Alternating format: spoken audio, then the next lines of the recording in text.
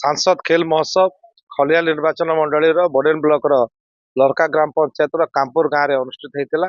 एवं 6 जन team cricket team को लेकिन महोत्सवटा होता एवं बहुत सुंदर भाव में कामपुर एमबीसीसी क्लब सब पिला माने वॉलंटियर हिसाब से बहुत सहयोग करते हजार हजार संख्यार दर्शक माने सेने उपस्थित थिले एवं माननीय सांसद श्रीमती मालविका देवी उपस्थित होई श्री नरेंद्र मोदी कर जो खेलो इंडिया योजना अच्छी से जो स्वप्न देखी जे आमर ग्रामांचल रे विभिन्न जगार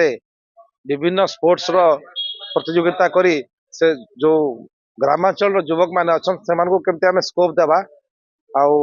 क्रिकेट हो फुटबॉल हो खो खो हो वॉलीबॉल हो बास्केटबॉल हो कि जहाँ जहाँ खेल अच्छी से तार प्रतियोगिता करी करी से केमता कर आम स्टेट लेवल की सेंट्रल लेवल पर पहुंचामा से मुख्य उद्देश्य से आम खरार विधानसभा कलाहांडी लोकसभा अंतर्गत यहाँ गोटे आरंभ कलु एवं आगामी दिन रे इटा को व्यापक